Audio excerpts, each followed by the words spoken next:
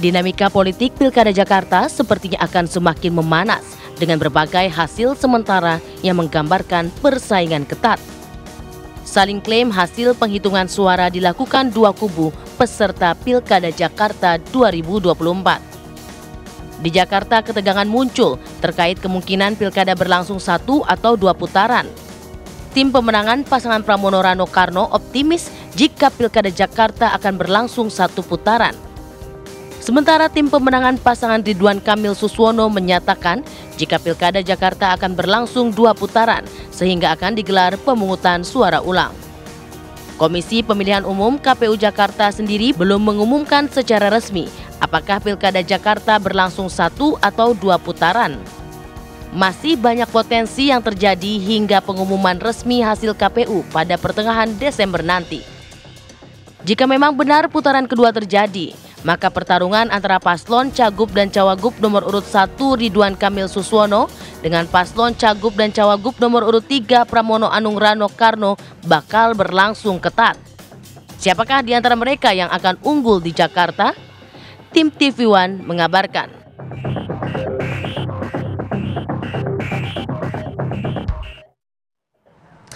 Di tengah rekapitulasi suara Pilkada Jakarta, muncul kemudian tudingan adanya kecurangan pilkada di sejumlah wilayah, terutama di Jakarta Timur kabarnya. Ini disebutkan oleh Bang Habibur Rahman, Wakil Ketua Umum Gerindra begitu ya, menyebutkan bahwa ada kecurangan-kecurangan nih di beberapa TPS di Jakarta Timur, patut diselenggarakan pemilihan suara ulang atau PSU. Nah, sudah sejauh mana itu berlangsung, lalu kemudian apa kemudian dampaknya ke depannya? Apakah bisa menjadi 2 putaran? Kita akan bahas itu pada pagi hari ini bersama dengan sejumlah narasumber. Ada Mbak Titi Anggraini selaku dosen hukum tata negara UI dan juga anggota Dewan Pembina Perludem. Selamat pagi Mbak Titi. Selamat pagi Mbak Titi. Lalu ada Mas Billy Mambrasar selaku juru bicara RK Suswono. Selamat pagi Mas Billy. Selamat pagi. Sehat Mas Billy. Sehat. Dan paling ujung, ada yang paling ganteng. Ada Bang Henry Satrio, analis politik Universitas Paramadina Jakarta. Selamat pagi Bang Hensat. Selamat pagi. Nggak pakai teh. Hensa ya? Hensa ya. Tapi nggak boleh sebar hoax pagi-pagi paling ganteng kan? Itu pelanggaran ya.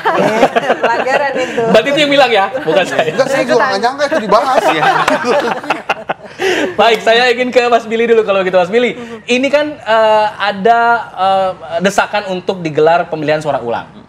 Sudah sejauh mana? Masih berupa pengajuan? Artinya sudah sejauh mana daerah-daerah yang disinyalir ada tindakan kecurangan di situ? Ya, jadi tim hukum kami telah mengumpulkan barang bukti yang cukup kuat ya. Pertama adalah terkait satu TPS ya, TPS Pinang Ranti, di mana memang secara sengaja dicoblos surat suara untuk kandidat pasangan calon gubernur dan wakil gubernur nomor 3. Dan ada buktinya itu? Iya, ada buktinya. Kemudian dan akhirnya ada pemecatan KPPS ya di TPS tersebut, ya sudah terjadi, dan masih ada barang bukti yang lebih lengkap lagi dari TPS-TPS yang lain, nanti disampaikan oleh tim hukum segera mungkin. Kemudian ada juga bukti yang kuat bagaimana masyarakat tidak menerima form C6 ya, karena memang ada perubahan di mana yang sebelumnya dibagikan oleh RT RW yang lebih mengetahui warganya, saat ini dikelola oleh KPPS yang mungkin nggak paham, bahkan ada yang meninggal dapat surat undangan, dapat form gitu. Jadi jadi pertanyaan juga untuk warga, kok ini udah meninggal masih dapat surat suara gitu, surat undangan. Sehingga ini juga menjadi pertanyaan, menjawab pertanyaan mendasar, kenapa sih akhirnya legitimasi politik menurut kami untuk Pilkada Jakarta kali ini sangat rendah karena 2 faktor. Faktor pertama tadi penyelenggaraan yang tidak profesional, yang udah meninggal dapat undangan, yang datang juga suaranya dicoblos untuk kandidat tertentu. Tapi yang kedua juga adalah bahwa tingginya golput yang kita lihat angka 53%, 53% untuk tahun 57% untuk tahun ini jauh di bawah angka provinsi lain. Terendah. Ya, terendah dan terendah sepanjang sejarah Pilkada Jakarta 2017 juga jauh sekali. Jadi sudah sedikit yang milih pun, yang tidak milih pun haknya terambil karena disalahgunakan untuk memilih kandidat tertentu, dan bahkan yang meninggal yang udah nggak ada pun dapat surat suara. Jadi itu kan ini tadi betul-betul contoh di 2 TPS saja. Apakah jumlahnya memang sebanyak yang diperkirakan atau hanya 2 itu?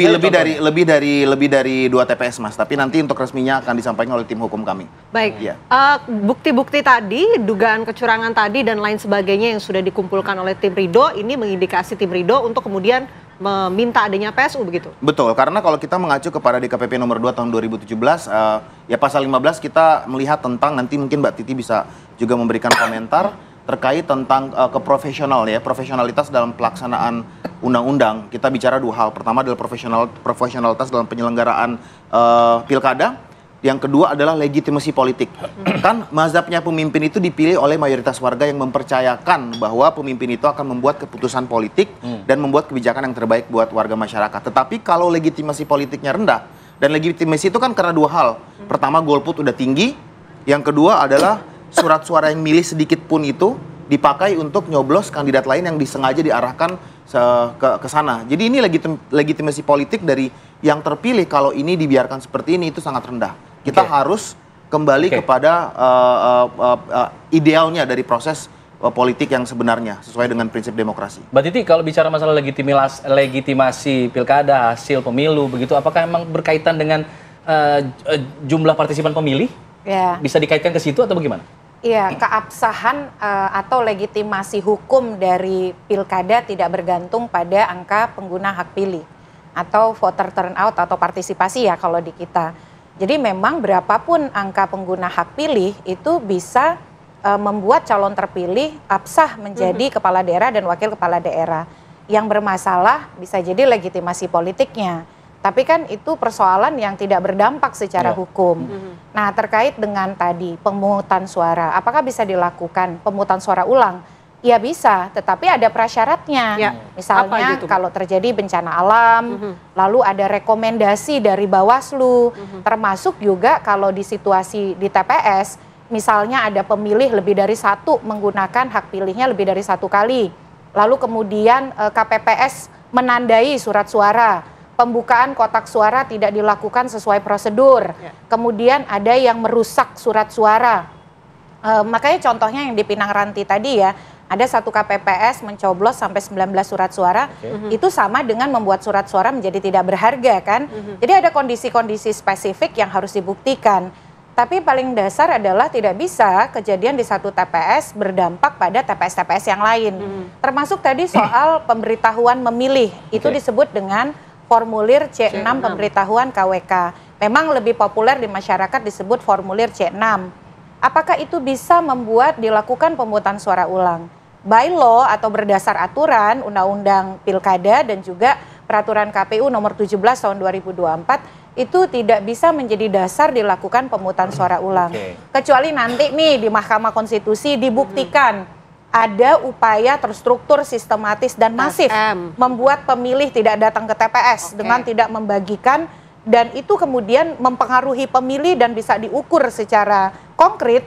Memang pemilih tidak datang karena misalnya tidak memperoleh surat pemberitahuan atau formulir pemberitahuan, lalu Mahkamah Konstitusi menyatakan untuk dilakukan pemungutan suara ulang.